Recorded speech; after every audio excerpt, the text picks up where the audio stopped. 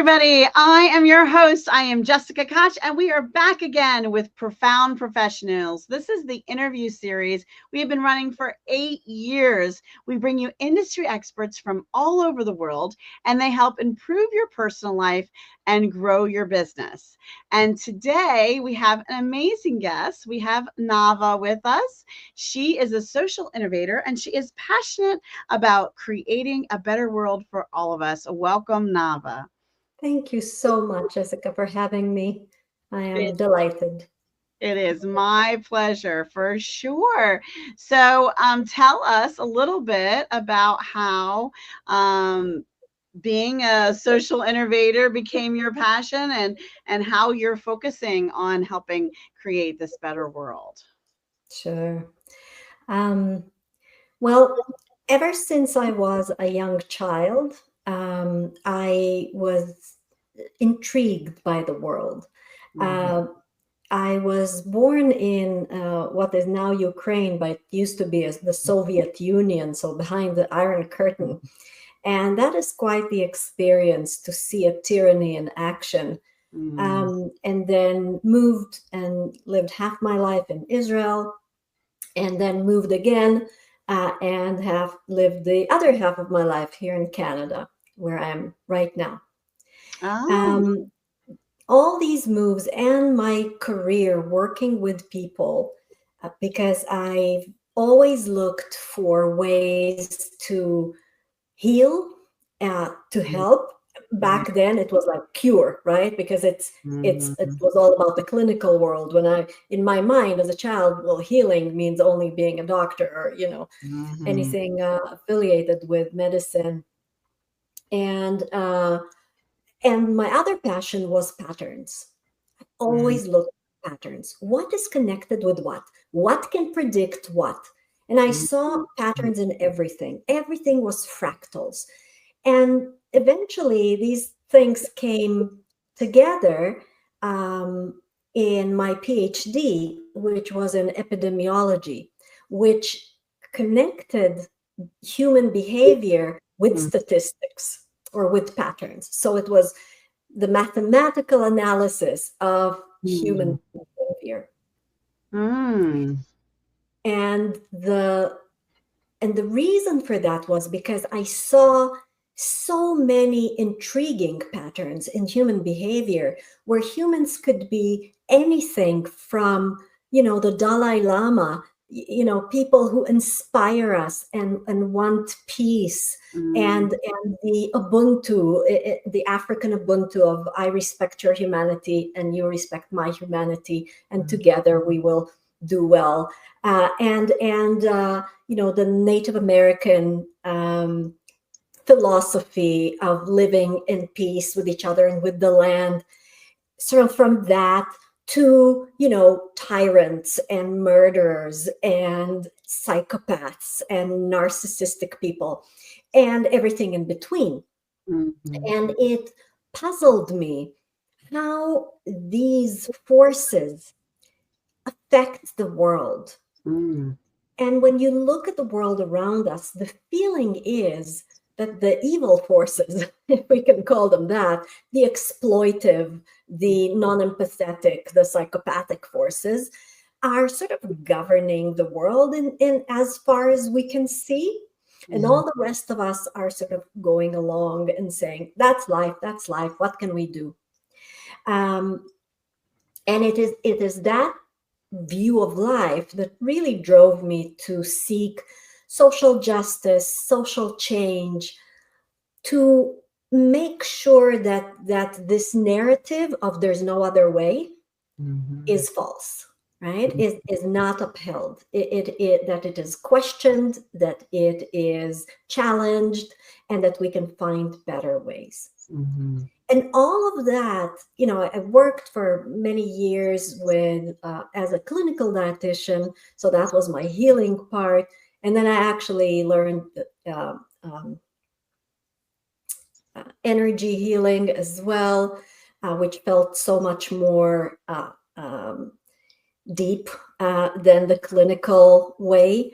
And in Canada for nearly 20 years, I've been supporting social change in the sense of better integration of immigrants in Canadian society, in Canadian workplaces, fair access to registered professions, better programs in colleges and universities for immigrants, etc. Because in Canada, I know it's the same in the US in terms of demography, but not in terms of the attitude. In Canada, there's a lot of government investment in integrating immigrants versus chasing them away. But however, budgets is one thing, but people's attitudes require adaptation, right? Mhm. So I've been working for many years doing that. And then something happened about 5 years ago. My whole life, as I said, I have seen all these million pieces. Mhm. And some pieces came into clusters and made sense. And I researched many of them through my PhD and other types of research. But then 5 years ago, I don't know, divine timing, I guess, all these pieces crystallized into a single pattern, so Mhm. simple, so intuitive, that I just had to sit and write the book about it, Mhm. because it is a pattern that, as I said, it's very intuitive and simple because we all live it, but we aren't necessarily aware of it. Mhm. And it applies and it affects our lives at absolutely every level. It affects Mhm. individuals, couples, relationships, families, communities, organizations, governments, world systems, at all scales in all areas. And and I called it the cone model because it is a model that I shaped in a form of a cone. And the reason it's a cone is because it contains us, therefore it's not a triangle. But Mhm. um, but this cone, which is not a good construct, it's something that we create to our own detriment. We Mhm. create and then we give the power to people to control it. And once people with self-serving agendas take control of our brilliant solutions, they become oppressive, controlling, harmful, exploitive, extractive. Right? Mhm. And we follow and we comply because many of these constructs are either too scary to contradict. So if you live, in the Soviet Union back then or in North Korea of today, you would be wise to shut up, right? And not to say too much to stir up trouble because you will end up in a bad place. Mhm. But most cones are actually invisible to us. And even in the Soviet Union and in North Korea and in Nazi Germany, and if you can think of any tyrannical regime, maybe 5% of the people are rebels and they are aware of what's happening, and 95 are like, this is life, this is normal, yay leader, right? Mhm. And so it's that invisibility of abuse. But I will bring it back to a smaller scale because it's easier to understand. An abusive relationship, right? An abusive relationship can be visible to the abused person, but for most, it is invisible.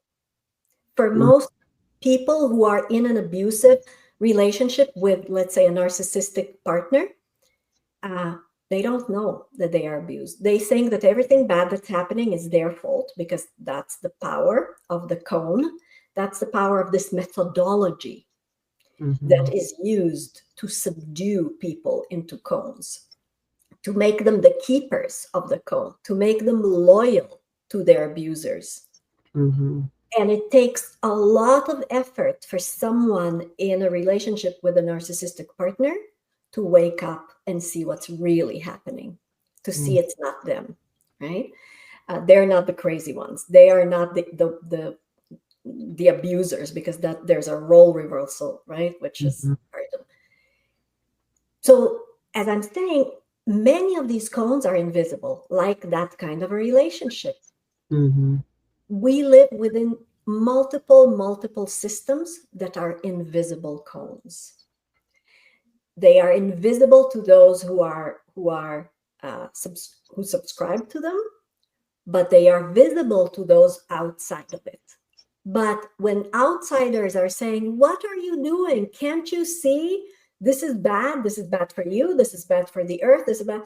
The people inside the cone are so brainwashed, I would say, but it's not a great word, but they are so conditioned by their cone to believe that this is the most wonderful and the only way to be, that they will never listen. So this is sort of my model, and it explains how it happens, why we buy into it, what damage it causes, and eventually, and most importantly, how do we stop this? How do we make sure that we no longer abuse, or we no longer be abused and take it as the norm? uh, that we remember who we truly are, that we go back to better ways of being with ourselves, with others, with the earth. And it is absolutely possible. Yeah. So this is what the book is about, and this is what I am about now. And are you working with individuals or groups or doing workshops or programs, or you really just kind of getting this message out through the book itself? So there are many strategies that I'm using. Mhm. My goal is to get it out there to as many ears and minds and hearts as possible around the world in every possible language. Um, and I'm trying to achieve it in different ways. So, one is the book, if I may show it. Mhm. This is the book. It's called Controlled, because it's the cone model. So, it's Mhm. controlled. Um, and it has now won 3 literary awards since it was really released. Wow, congratulations. Um, Thank you. Um, but beyond that, from that model, I've also developed a series of diagnostic tools. Mhm. And these diagnostic tools diagnose a cone. So Mhm. there is a diagnostic tool for an individual. It's a self-assessment. So if you go on my website, you can download for free at least one part of it, which is a questionnaire that I developed based on the model, that you can self-assess how vulnerable you are to manipulators. Mhm. And once you realize where your vulnerabilities are, you can start asking yourself, how did these vulnerabilities happen to me? Who planted them in me? Who is using it, right? Who is taking advantage of these vulnerabilities of mine to their advantage? Yeah? Mhm. So this is one thing that you can get for free on my website. It's a PDF. But there is a more extensive self-assessment that I will be publishing in about 2 months' time. Mhm. It's a workbook of a self-assessment. Then there is another workbook of an assessment of a relationship. So people in relationships can assess their relationship and see just how conish it is. Um, there is Isn't, one.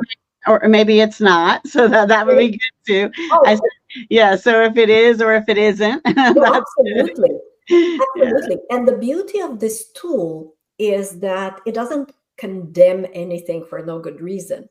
Mhm. It is a long series of questions that if you answer them honestly and you give them scores, eventually you get a final score of the percentage of coning of this system, whether it's Mhm. yourself, whether it's a relationship, a community, an organization.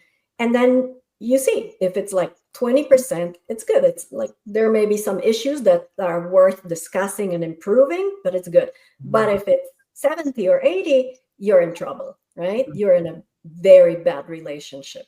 Mhm. So and I think that people would not even initiate that kind of an assessment unless they already feel that something is not working, right? That there's something that they cannot put their Mhm. finger on. And then this diagnostic goes into root causes. Mhm. So that will be helpful. There's one for families, Mhm. there's one for communities, and there's one for organizations. And the organizations is something that will not be available just to buy because it requires a whole workshop, which I deliver to organizations. It's like a 2-day intensive Mhm. uh, where the organization is looking into, is it on its way to become a cone? Where are the pitfalls? Where are the problems? Where are the unsustainable things? Where is the toxicity? And how to address it.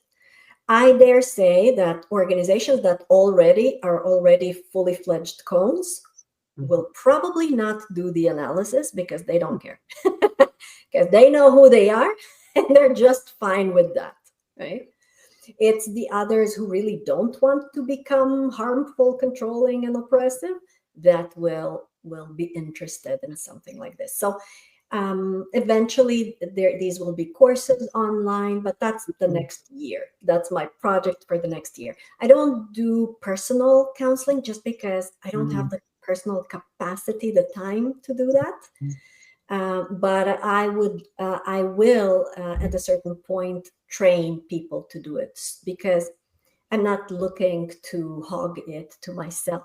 As I said, my goal is to spread the joy around the world in Mhm. every possible way. And so my goal is to develop other people's capacity, like, therapists and life coaches and anyone who's, HR people, Mhm. anyone who can then treat other people, yeah, this person in other ways. That is my Mhm. strategy. Well, I love that, and I will make the my standard non-disclaimer. Many of you know I'm the Italian mother of seven, and we're about to have 8 grandchildren. But I'm not your mama, and our show is not giving you medical, legal, or financial advice or any other kind of advice. We would say this is Nava's viewpoint and her book and her process. If you are having challenges, or if you are feeling that you need resources, seek professional help, get help in counseling for your family or yourself or whatever it is that you need. Just throw that disclaimer out there. But we are sharing Nava's knowledge and experience and views and opinions on our show today. So thank you for all of that. Nava, give us a tip today, something. Something people can use to make their lives better today. Sure. Here's my tip for today. I have many, but I will pick one that's easy and useful. Try looking around you in every area of your life and ask yourself, whom am I not allowed to question or criticize? Mm, These are the people who oppress you. mhm, These are your cones. So it can be your religious leaders, it can be your family members, it can be your government, it can be your healthcare, your physician, it can be your school, it can be, right? Who and when I say whom am I not allowed, sometimes they say, of course you're allowed, but mhm, then you get, pardon me, mhm, screwed really badly if you do, right?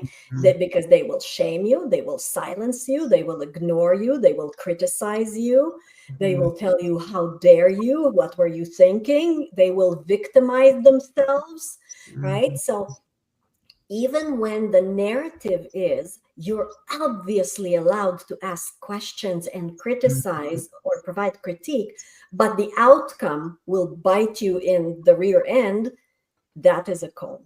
Okay. And that should raise flags for you and mhm, start a thinking process about who they are, what your relationship is with them, how much you trust them, how much power do you give them over yourself. That is Hmm. my tip for today. Yeah, I think that's the key too, is really being self-aware, being self-confident. I think it all stems truthfully from self-love and self-awareness. Hmm. If you really love yourself, then and you're aware of yourself, um,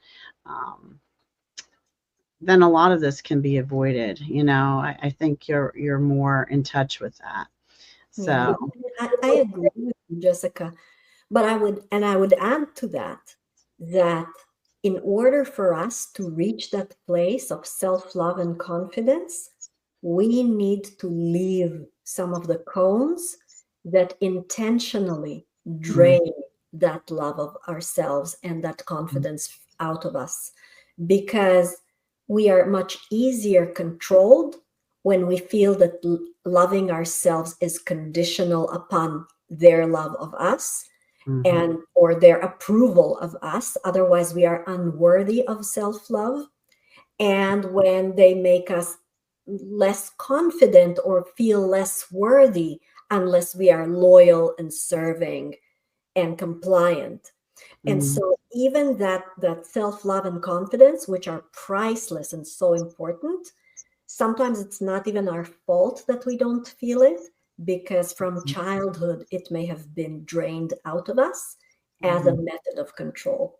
So I agree with you. I think one of the most important things is to take it back, is to take that our inner power back, our inner value that should not be conditioned upon someone's approval of us. mhm. Yeah, I think a long time ago I decided to not give other people permission to make me feel any certain way. Only Mm. I get to choose how I get to feel. Other people don't get to choose that. So, And uh, that is an incredible achievement in your life. Incredible. So many people live their whole lives without reaching that point of wisdom. mm. So, yeah. Yeah, well, I think I just been a believer of working on myself for healing all my life. So I Mm. think that, we're always growing, always improving. Try to be better today than we were yesterday is kind of my mantra. So, um, Yeah.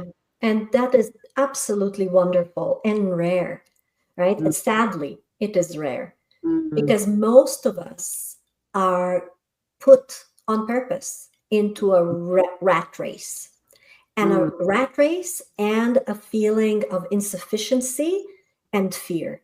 And all of that together, oh, and distractions. And all of that together doesn't leave us the mind space to stop, reflect, think, where am I in all this? What do I want? Who's taking it away from it? Most people are just like the rats in the wheel, and mm, in it is not coincidental, it is intentional.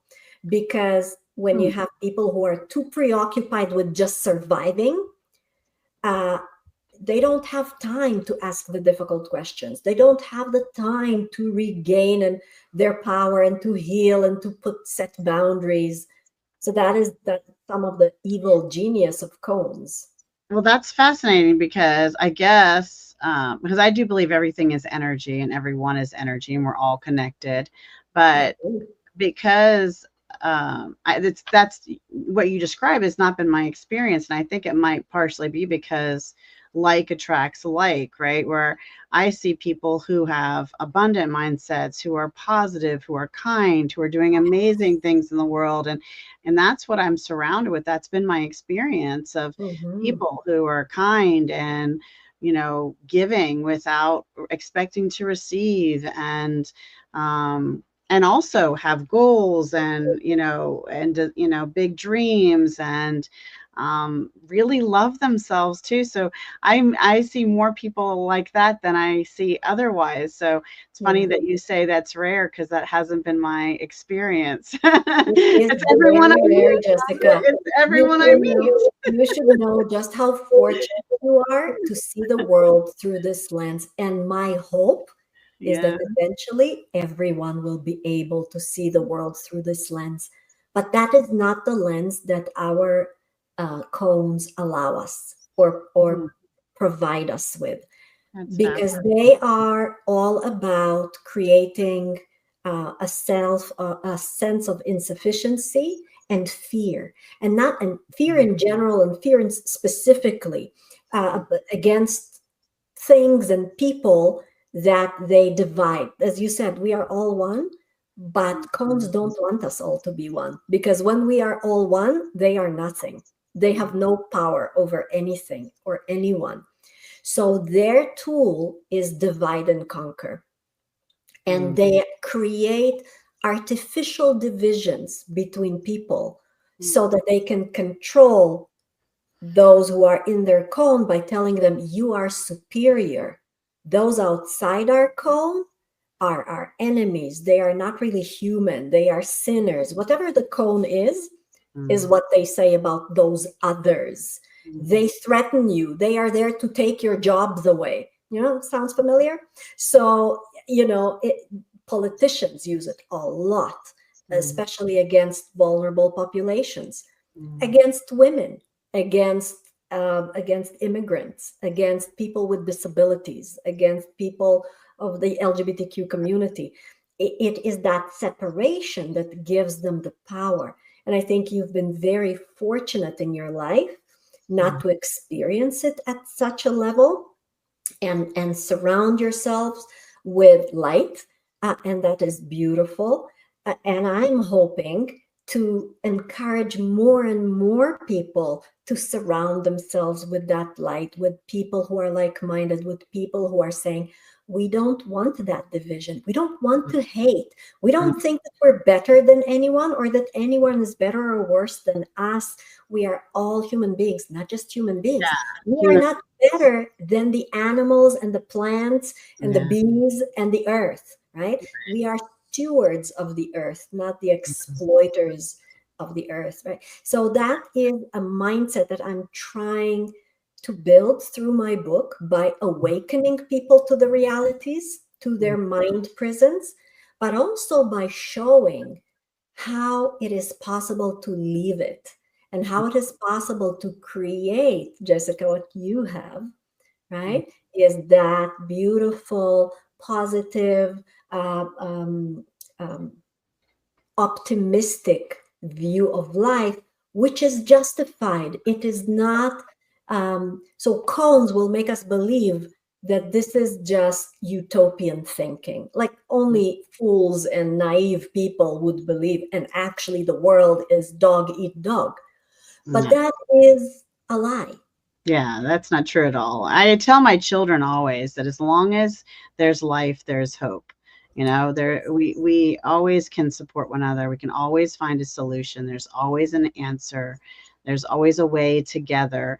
The way might be challenging, but it's there, and we can do it together. So I'm very much a believer that I think hope is, you know, and that we're all human, and that we all essentially want basically the same thing. We want to live good lives. We want our children and our families and the people that we love and our friends, our partners, however we establish our families. We want them to have happiness and joy and safety, and feel connected and like they belong.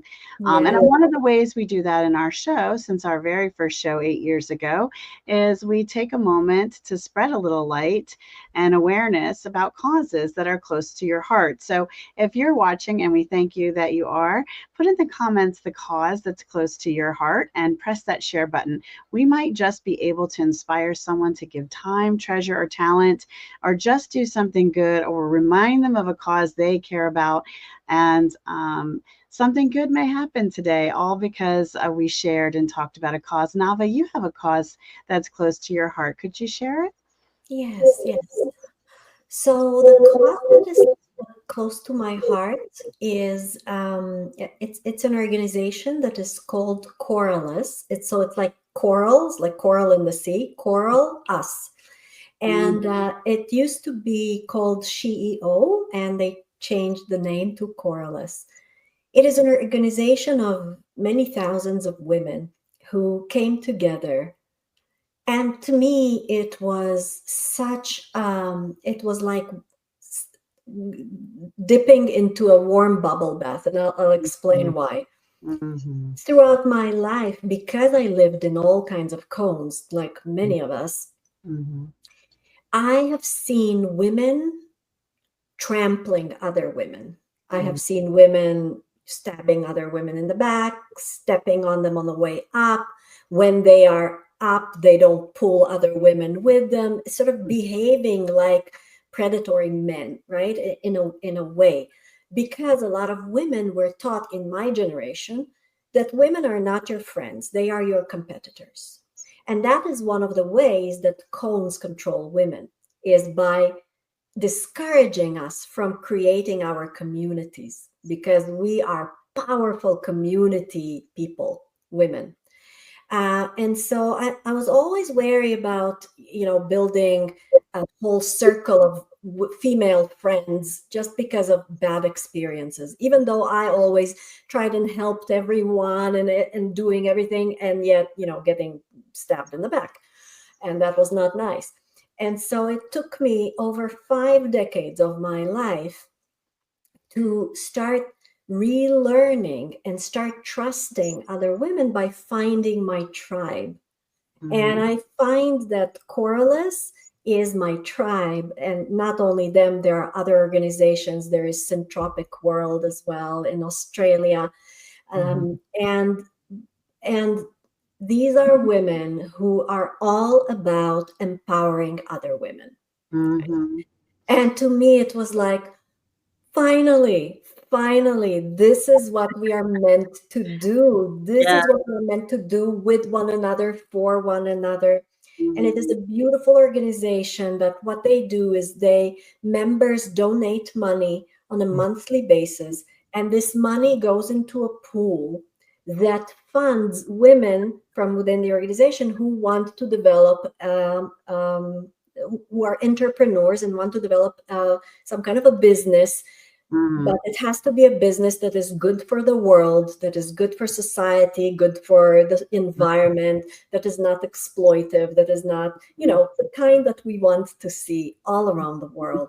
And all these women, we support each other in whatever these entrepreneurs need in terms of advice, resources, So it Mhm. is a really empowering group of women. So that is a cause dear to my heart, but there are many others. But There are tons of organizations like that too. I have not.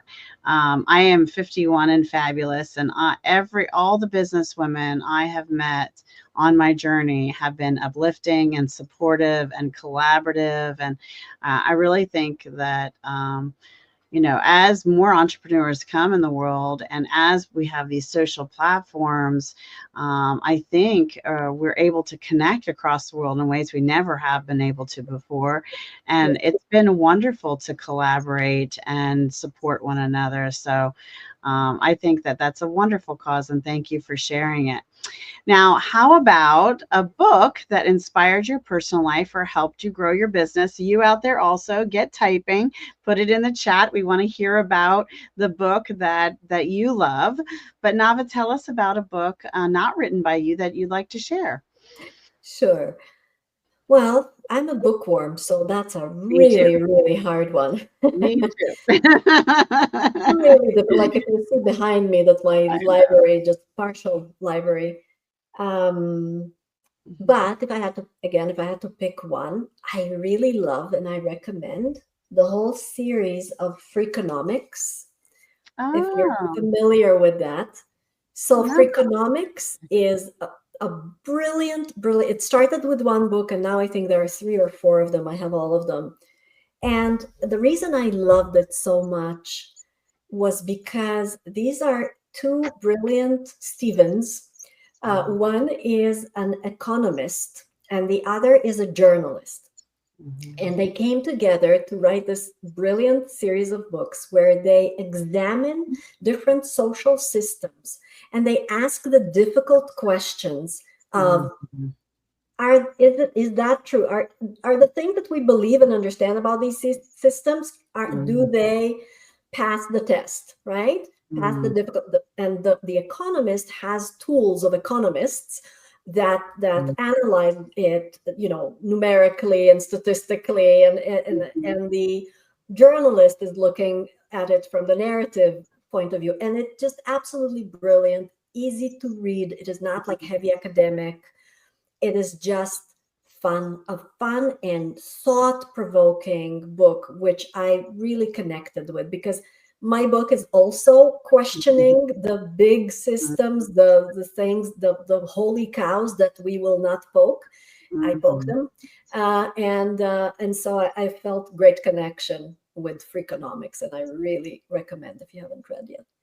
I love that. And we've been talking a lot about Nava's book throughout the show. And so if you've written a book, put your book in the comments too. We want to hear all about the books you've written. And if you're thinking, hey, wait, I'm an industry expert, I could improve someone's personal life, I could help grow their business, well, then reach out to our team and we'll let you know how to get on the show also.